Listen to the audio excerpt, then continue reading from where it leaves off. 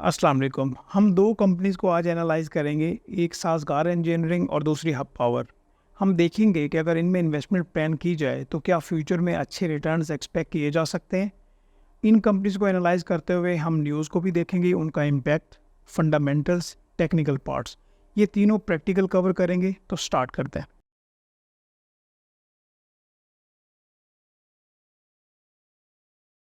जैसे कि आपको इंट्रोडक्शन में बताया कि आज हम 2 कंपनीज़ को डिटेल में डिस्कस करेंगे, एक साज़गार इंजीनियरिंग और दूसरी हब पावर।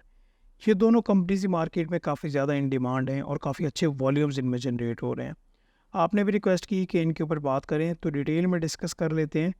हमारा 3 स्टेप मॉडल होगा। सबसे पहले तो हम ये देखेंगे कि इन कंपनीज़ को लेके मार्केट में क्या न्यूज़ सर्कुलेट कर रही हैं, उनका प्रेजेंट इम्पैक्ट क्या रहा है और फ्यूचर में क्या इम्पैक्ट हो सकता है, मार्केट में ट्रेडर्स एंड इन्वेस्टर्स के सेंटिमेंट्स क्या थे। दूसरे स्टेप में हम फंडामेंटल पार्ट में मूव करेंगे और देखेंगे कि ये कंपनी फंडामेंटली कितनी ज़्यादा स्ट्रॉन्ग है। क्वार्टरली रिजल्ट्स इनके किस तरह से रहे हैं, sales, revenues, production capacity, property, plan and equipment और इनकी फ्यूचर आउटलुक किस तरह से है। देन हम टेक्निकल पार्ट में मूव करेंगे और देखेंगे कि इन तीनों पार्ट्स को देखते हुए कि इनमें इन्वेस्टमेंट प्लान की जाए तो किस तरह से फ़ायदा या नुकसान हो सकता है। तो आपसे रिक्वेस्ट होगी कि चैनल ज़रूर सब्सक्राइब कीजिएगा। ऑलरेडी हम मिल्लत ट्रैक्टर्स और कोलगेट पे डिटेल में एनालिसिस शेयर कर चुके हैं, उनके लिंक्स आपको डिस्क्रिप्शन में मिल जाएंगे। अगर वो आप देखना चाहें तो इसके बाद वो भी देख सकते हैं। स्टार्ट करते हैं। इससे पहले कि मैं पहले स्टेप पे मूव करूं, ये मैं आपको क्लियर कर दूं कि सेजियो जो है, साज़गार इंजीनियरिंग, ये ऑटोमोबाइल असेंबलर के सेक्टर से बिलोंग करता है और जो हब पावर है ये पावर डिस्ट्रीब्यूशन सेक्टर से है। तो इन दोनों का आपस में कंपैरिजन बनता नहीं है, बट हम क्यों कंपैरिजन कर रहे हैं ये मैं आपको बताऊंगा। अच्छा, इससे पहले कि मैं न्यूज़ वाले सेक्टर पे मूव करूं, सबसे पहले साज़गार इंजीनियरिंग और इसके बिजनेस को समझ लेते हैं। अच्छा, आपके माइंड में तो यही होगा कि भई ये रिक्शा बनाने वाली कंपनी है और रिसेंटली इन्होंने 4 व्हीलर हैवल के नाम से कोई गाड़ी लॉन्च की थी। बट डिटेल में अगर देखा जाए तो 3 व्हीलर्स रिक्शाज़ में बहुत सारी कैटेगरीज़ आती हैं और इन्होंने पाकिस्तानी मार्केट को बड़ा डिटेल में कैप्चर कर लिया हुआ है। इनकी ये पहली कैटेगरी है। ना सिर्फ पाकिस्तानी मार्केट बल्कि पाकिस्तान के लिए एक प्राउड मोमेंट है कि इन्होंने जापान में रिक्शाज़ को एक्सपोर्ट किया है। तो यहाँ से आप क्वालिटी का अंदाज़ा लगा सकते हैं कि साज़गार एक बहुत अच्छी क्वालिटी जनरेट कर रहा है। सही। इसके बाद 4 व्हीलर्स की बात करें तो इसमें हैवल तो है ही सही, इसमें BAIC एक ब्रांड है, जीप टाइप होगी, वो भी आपने पाकिस्तान की सड़कों पे ज़रूर देखी होगी। ये EV टेक्नोलॉजी की रिलेटेड न्यूज़ है, वो मैं आपको बताऊँगा। और तीसरे नंबर पे 3 व्हीलर्स और 4 व्हीलर्स के बाद इनके ट्रैक्टर व्हील्स रिम्स भी हैं, तो ये रिम्स भी बनाते हैं। मतलब यहाँ पे आपको क्या पता चला कि इनकी 3-4 कैटेगरीज़ हैं, सिर्फ एक कैटेगरी नहीं। सही हो गया। अभी हम मूव करते हैं जी न्यूज़ वाले पार्ट पे और डिटेल में देख लेते हैं कि ये कंपनी के बारे में क्या बात हो रही है। अच्छा, यहाँ पे आपको मैं एक बात क्लियर करता जाऊँ कि पहले क्या था कि जो रिक्शाज़ हैं वो आपको पता है पेट्रोल वगैरह पे चल रहे हैं। तो अभी इलेक्ट्रिक रिक्शाज़ जो है ना, उनकी मैन्युफैक्चरिंग स्टार्ट होने वाली है और साज़गार इंजीनियर को रिसेंटली उनका जो लाइसेंस है वो मिल गया हुआ है। अगर इलेक्ट्रिक EV रिक्शाज़ या इलेक्ट्रिक रिक्शाज़ आएँगे तो उससे आप ये देख सकते हैं कि कंपनी की वैल्यू कितनी ज़्यादा बढ़ेगी। और इसके साथ इस कंपनी के बारे में एक और न्यूज़ है कि ये टैंक 500, जिस तरह की हैवल थी ना, इसी तरह का ये टैंक 500 भी लॉन्च करने जा रहे हैं। ये 2 न्यूज़ हैं। अभी इन न्यूज़ का इम्पैक्ट हम देख लेते हैं। ठीक है? ये तो एक तो पॉजिटिव खबर आ गई। अभी टैंक 500 के बारे में मैं आपको बताना चाहूँगा और इसके बारे में आपको इस तरह से मैं बताता हूँ कि यहाँ पे अगर मैं आऊँ तो ये आप देख रहे हैं, ये गाड़ी की अगर आप ज़रा लुक देखें, पाकिस्तान का आप कल्चर देखिएगा कि पाकिस्तान में एक एलीट सेक्टर है, एलीट लोग हैं, तो वो लैंड क्रूज़र बहुत ज़्यादा यूज़ करते हैं। लैंड क्रूज़र की अगर प्राइस रेंज की बात की जाए तो वो 6-7 करोड़ से स्टार्ट होती है और फिर उसको जितना ज़्यादा कस्टमाइज़ करवाते जाएँ उतनी ज़्यादा उसकी प्राइस बढ़ती जाएगी। अभी ये जो हैवल ब्रांड है, ये है great wall Motors, GWM actually इनका बैक एंड पे ये मैन्युफैक्चरर्स हैं। उन्होंने क्या है कि साज़गार की कोलैबोरेशन से H6 HEV, ज़रा ये ब्रांड्स ये जो यहाँ पे मैंने हाईलाइट किए ये देखिए, जोलियन HEV, ओरा, ये लॉन्च कर दी। अभी इनकी काफ़ी ज़्यादा सक्सेस आई। बाकी जो ब्रांड्स हैं, चाहे वो होंडा हो या टोयोटा हो, उनसे ज़्यादा इनकी सेल्स मार्केट में देखने को मिली। सही। अभी क्या हुआ कि इन्होंने टैंक 500 HEV भी लॉन्च कर दिया। अभी इसकी जो प्राइस इन्होंने बताई है वो बताइए जी 4.5 करोड़ से ये स्टार्ट होगी, मे बी 4.5-5 करोड़ की रेंज में हो। तो यहाँ पे एक अच्छा खासा इनको मार्जिन मिलता है। और अगर ये मार्केट कैप्चर कर लेते हैं, लैंड क्रूज़र को टक्कर दे देते हैं, क्योंकि अगर स्पेसिफिकेशंस की बात करें, प्राइस रेंज की बात करें, तो ये गाड़ी उससे बहुत बेहतर है। मैं कोई इस मामले में एक्सपर्ट तो नहीं हूँ, बट एक जो मोटे-मोटे स्पेसिफिकेशंस को देखा जाए तो वो ज़्यादा ये बेहतर लगती है। और सबसे इम्पोर्टेंट बात ये है कि होंडा और टोयोटा की बात की जाए, तो उनके पार्ट्स के मैन्युफैक्चरिंग और ये जो हैवल है या टैंक 500 है, इनके पार्ट की जो मैन्युफैक्चरिंग है वो डिफरेंट होती है। ये चाइनीज़ ब्रांड है और इनकी जो प्राइस कम हो जाती है तकरीबन 10% से लेके 12% तक। तो अगर ये प्राइस यहाँ पे कम होगी तो इनके जो रेवेन्यूज़ है वो ज़्यादा बेहतर होंगे। ये बात समझ आ गई? अभी इन दोनों न्यूज़ का इम्पैक्ट देखा जाए तो मार्केट में पॉजिटिव है और फ्यूचर में काफ़ी अच्छे रिटर्न्स आ सकते हैं इस कंपनीज़ को। रिटर्न्स अच्छे आएँगे तो मार्केट में और ज़्यादा डिमांड बढ़ेगी। सही हो गया। अभी हम क्या करते हैं कि इसके डेटा पोर्टल पे आप आ जाएँ, पाकिस्तान स्टॉक एक्सचेंज के डेटा पोर्टल पे। वहाँ पे हम देखें जो 52 वीक्स की ज़रा रेंज तो देखें। ये शेयर जो है ये 63 रुपीज़ पे भी रहा है और 1200 के करीब ये भी ट्रेड हुआ है सिर्फ 52 वीक्स में। 1 साल का चेंज है, तकरीबन 17% में इज़ाफ़ा हुआ है और ईयर टू डेट मतलब कि 1 जनवरी से लेके अभी तक 550% से ज़्यादा इज़ाफ़ा हो चुका है इसके शेयर प्राइस में। इसके बाद मार्केट कैपिटलाइज़ेशन की बात करें तो 70 बिलियन है, अभी इतना ज़्यादा नहीं है, ठीक है। और इसके सेल्स नंबर की हम बात करेंगे, वो इसके जो फाइनेंशियल रिकॉर्ड है वहाँ से जाके ऐसे यहाँ से भी देख सकते हैं, अच्छे रिजल्ट्स हैं। पे आउट्स पे देखा जाए तो रिसेंटली इन्होंने 8 रुपये पर शेयर का कोई डिविडेंड अनाउंस किया था और डिस्ट्रीब्यूट भी किया। इतना ज़्यादा डिविडेंड नहीं है बट शेयर कैपिटल में काफ़ी ज़्यादा इंक्रीज़ देखने को मिला है। अच्छा, सबसे इम्पोर्टेंटली हम यहाँ पे जाएंगे अनाउंसमेंट में और यहाँ पे फाइनेंशियल रिजल्ट्स आ रहे हैं और यहाँ पे जो क्वार्टरली रिजल्ट्स आते हैं, जहाँ पे transmission of quarterly report for the period ended 31 मार्च 2024, यहाँ पे ट्रांसमिशन क्वार्टरली आए, वहाँ से आपने उनको PDF रिसेंटली क्वार्टर का रिजल्ट डाउनलोड करना है और 2-3 क्वार्टर का कर लें। यहाँ पे मैं सिर्फ 1 क्वार्टर का आपको रिजल्ट बताऊँगा क्योंकि टाइम भी एक होता है, तो मे भी ये भी थोड़ा सा सेशन लेंथी हो जाए। तो यहाँ पे आते हैं जनाब, इनका ये मैंने यहाँ से डाउनलोड कर लिया हुआ है और इसको देख लेते हैं कि यहाँ पे कंपनीज़ की आउटलुक क्या है और उसके जो सेल्स के नंबर हैं वो किस तरह से रहे हैं। ठीक है जी, ये इन्होंने थोड़ी सी समरी दी है। यहाँ से अगर देखा जाए ना, यहाँ से तो उर्दू में आ रहा है, ये मैं इंग्लिश वाला निकाल लूँ। एक आदत ऐसी बन गई हुई है कि जो है ना उर्दू सही से पढ़ा ही नहीं जाता। अच्छा, यहाँ से मैं ज़रा आपको जो मोटी-मोटी बातें हैं सिर्फ वही बताऊँगा और यहाँ पे आपने सिर्फ ये ध्यान देना है कि यहाँ पे इंक्रीज़ और डिक्रीज़ की बात हो रही है, तकरीबन कोई 9 महीने के इंक्रीज़ और डिक्रीज़ की बात हो रही है। अगर हम प्रोडक्शन कैपेसिटी की बात करें ना, तो 134% प्रोडक्शन में इज़ाफ़ा हुआ है 4 व्हीलर्स की प्रोडक्शन में और सेल्स 133% से बढ़ गई हैं। 3 व्हीलर्स जिसमें ऑल टाइप ऑफ रिक्शाज़ आ जाते हैं, 47% से तो इसकी प्रोडक्शन में इज़ाफ़ा हुआ है और 27% इसकी सेल्स में इज़ाफ़ा हुआ है। और ट्रैक्टर्स रिम्स की बात करें तो फिर यहाँ पे 81% प्रोडक्शन और 95% इनकी सेल्स में इज़ाफ़ा हुआ है। यहाँ से आप अंदाज़ा लगा सकते हैं कि इनकी जो जहाँ तक प्रोडक्शन की बात है, सेल्स की बात है, वो तो काफ़ी बेहतर है। यहाँ से कंपनीज़ के आउटलुक के बारे में पढ़ें, यहाँ पे इन्होंने बताया कि your company's committed to provide environment friendly vehicles and hybrid electric vehicles to its customer. ठीक है, ये जनरल बातें हमें पता है, आप ये ज़रूर पढ़ लीजिएगा। जो बातें इंपॉर्टेंट है सिर्फ मैं आपको वही बताता हूँ। अच्छा, उसके बाद जो नोट करने वाली चीज़ है, मैं आपको अक्सर बताता रहता हूँ कि आप ये भी देखा करें कि कंपनी क्या प्रॉपर्टी प्लांट एंड इक्विपमेंट में इजाफा कर रही है।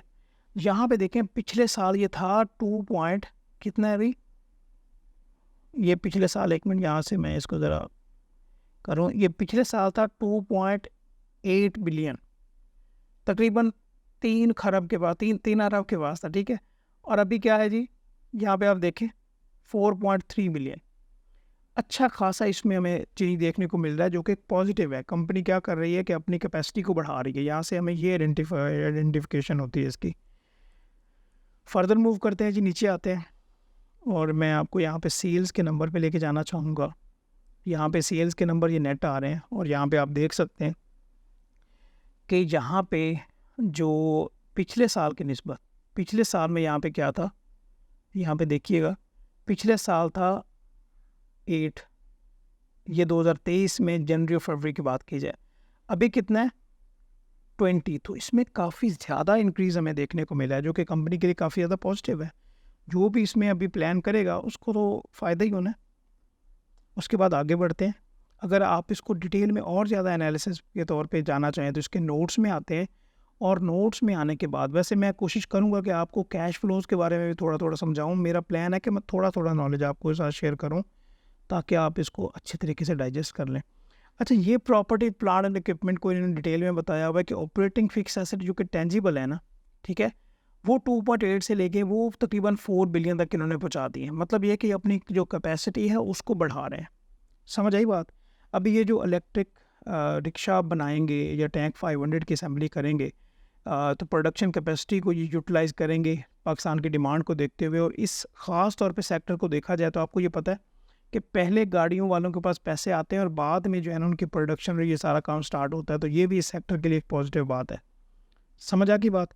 अगर यहाँ तक हम देखें, कंपनी के पे आउट्स भी देख लिए, मार्केट कैपिटलाइजेशन भी देख लिया, टेक्निकल पार्ट अभी हमने नहीं देखा। ओवरऑल अगर हम इसके न्यूज़ और फंडामेंटल्स को देखें तो कंपनी फंडामेंटली स्ट्रॉन्ग लग रही है। उसके सेल्स रेवेन्यू भी बढ़ रहे हैं, उसके प्रोडक्शन कैपेसिटी भी उन्होंने बढ़ाई है, प्रॉपर्टी प्लांट इक्विपमेंट में भी उन्होंने इजाफा किया है। ये बात समझ आ गई?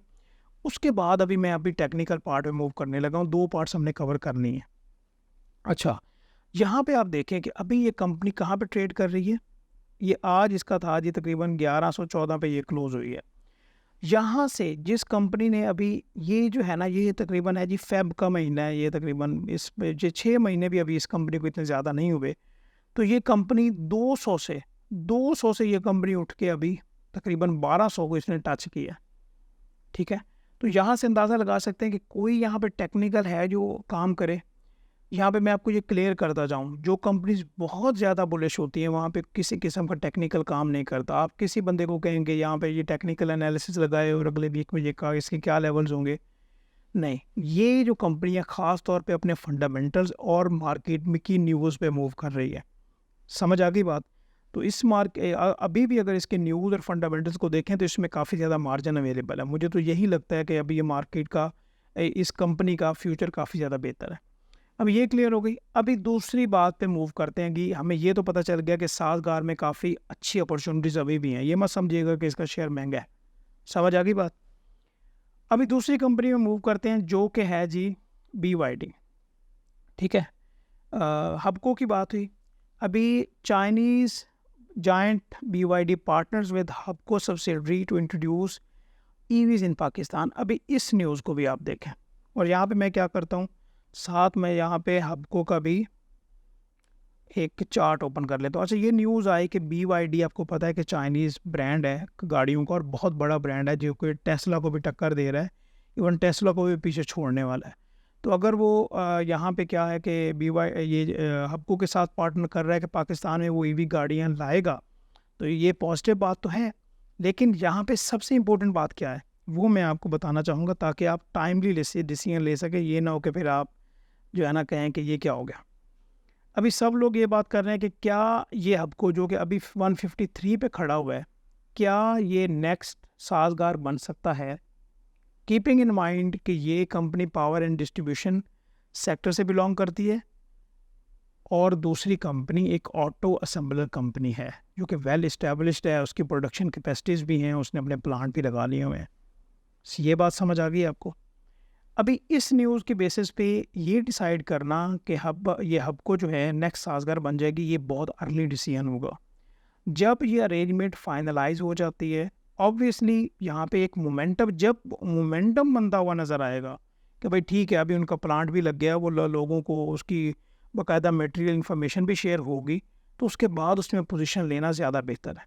अच्छा, अभी यहाँ पे अगर मैं इस डेटा पोर्टल पे आता हूँ और यहाँ पे मैं हबको का निकाल लेता हूँ, क्योंकि इस कंपनी के बारे में भी हमने बात करनी है। इस कंपनी का जो मार्केट कैपिटलाइजेशन है वो तो बहुत बेहतर है। आज ये शेयर जो है 9 रुपये कम हुआ है, तो इसमें काफ़ी अच्छी अपॉर्चुनिटी थी कि इसमें आप प्लान करते। 100 तकरीबन 200 बिलियन की इसकी मार्केट कैपिटलाइजेशन है। उसके अलावा अगर इसके सेल्स देखी जाएँ तो बहुत बेहतर इसके रेवेन्यूज़ आ रहे हैं, एंड इसके जो पे आउट रेशो है वो भी काफ़ी अच्छी है। रेगुलर डिविडेंड पेइंग कंपनी है। IPP, मैं आपको अगर कंपनी के बारे में बताऊं तो IPPs का तो आपको पता है ना, इसके बारे में आई डोंट थिंक सो कि एक फर्दर बात भी करना चाहिए, लाइक आपको पता चल गया होगा। अभी ये जो कंपनीज है पावर डिस्ट्रीब्यूशन सेक्टर में, जो भी कंपनीज हैं, इनको मसाइल थे सर्कुलर डेट को लेके। अभी सर्कुलर डेट को मैं ऑलरेडी बड़ा डिटेल से एक्सप्लेन कर चुका हूँ कि ये कंपनीज गवर्नमेंट को बिजली बना के देती हैं। मिसाल के तौर पे वो यूनिट है 20 रुपये का, और वो गवर्नमेंट कहती है जी हम तो आवाम को 10 रुपये का देंगे, तो 10 रुपये की जो सब्सिडी देते हैं तो फिर वो इन कंपनीज को पे नहीं करते टाइमली, कहते हैं जी बाद में ले लेना, तो ये सर्कुलर डेट बन जाता है। तो अभी सर्कुलर डेट के मसाइल भी काफ़ी हद तक बेहतर हुए हैं, और इसीलिए इन कंपनीज़ की जो पे आउट रेशो है वो भी काफ़ी ज़्यादा बेहतर हो रही है। सही है। तो आज ख़ास तौर पे इनको जो मैं कंपैरिजन में लेके आया हूँ वो है BYD और हबको का ये जो कोलैबोरेशन हो रही है। बट अभी सिर्फ बातें हैं ना, अभी मतलब एक उसके ऊपर अमल दरामद उस तरह से स्टार्ट नहीं हुआ। जब से अकॉर्डिंगली वो स्टार्ट हो जाएगा तो तब से आप उसमें पोजीशन ले सकते हैं। अच्छा, इसमें अगर मैं कंपनीज अनाउंसमेंट में जाऊं और जहां पे ट्रांसमिशन रिपोर्ट एक बार निकाल लेते हैं, बस सरसरी एक जल्दी से इसको एक बार नज़र दौड़ा लेते हैं ताकि आपको आइडिया हो जाए। अगर आप पावर जनरेशन सेक्टर में आप इंटरेस्टेड हैं तो इसके बारे में भी जल्दी से हम देख लेते हैं। थोड़ा सा जी मैं इसको जूम करता हूँ, ठीक है। इसके बाद ये कंपनी के जो अपनी पर्सनल डिटेल है वो आ रही है।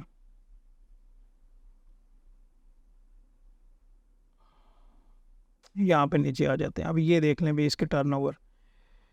अभी पिछले साल के टर्नओवर की बात करें तो 9.2 है, अभी 10.7 है। ठीक है, इंक्रीज़ हुआ है लेकिन इतना सिग्निफिकेंट इंक्रीज़ नहीं हुआ इसमें, ये देखने की बात है। अगर ओवरऑल 9 महीने का कंपैरिजन लगाएं तो जो 2023 में इसके थे रेवेन्यूज़ वो कितने थे 35 के, अभी कितने हैं 30 के। तो यहाँ से आप देखें आपको क्या पता चल रहा है कि इनके जो टर्नओवर है वो कम हुआ है, जो इनकी सेल्स हैं वो कम हुई हैं। समझ आई बात। इसी तरह से आप नीचे आएँ और यहाँ पे देखें फिक्स एसेट्स, यहाँ पे ये बातें बहुत इंपॉर्टेंट होती हैं। यहाँ पे इनके थे 6.7, तो यहाँ पे 5.3, मतलब कि यहाँ पे कोई ना कोई डिस्पोजल हुई है, इन्होंने अपने एसेट्स को कम किया, बेचे एसेट्स को, ये डिस्पोजल जो भी हुआ है। तो ये डिसीजंस देखने के, ये इनके फाइनेंशियल देखने के बाद ही आपको चाहिए कि आप इन कंपनीज में प्लान करें। अभी आपको अगर न्यूज़ की बात करें, भाई मार्केट में इन डिमांड की बात करें, काफ़ी ज़्यादा डिमांड है।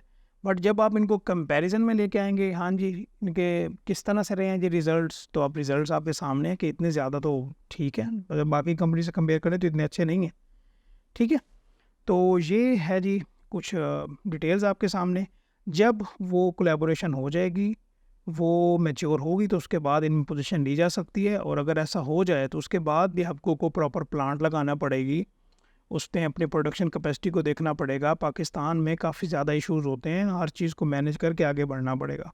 अगर साज़गार इंजीनियरिंग की बात करें तो उन्होंने काफ़ी अच्छे अपने कदम जमा लिए हुए हैं। ठीक है, तो ये एक एनालिसिस था मेरा जो मैंने आपके साथ शेयर किया। तो इंशाल्लाह ताला हम जी नेक्स्ट वीडियो में बात करते हैं। ख्याल रखिएगा अपना, चैनल भी सब्सक्राइब कीजिएगा। अल्लाह हाफ़िज़।